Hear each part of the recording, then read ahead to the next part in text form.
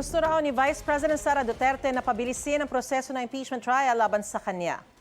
Hindi pwedeng tumatagal yung proseso natin na nag-iisip yung mga tao na ano ba, totoo ba may ginawang masama, hindi ba totoo yung mga akusasyon. So dapat mabilis yung proseso kasi nga, di ba, sa ating konstitusyon nandiyan yung speedy administration of justice.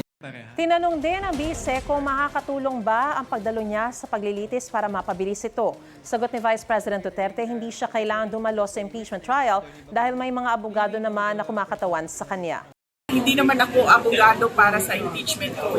So wala akong matutulong doon sa proseso ng pag-present ng witness, pag-cross-examine ng witness. Lahat yun ay trabaho ng abogado at yun yung participation at appearance ko doon. Naniniwala naman ang kampo ng bise na malakas ang kaso nila laban kay Ramil Madriaga na nagpakilalang dati niyang aide at bagman umano.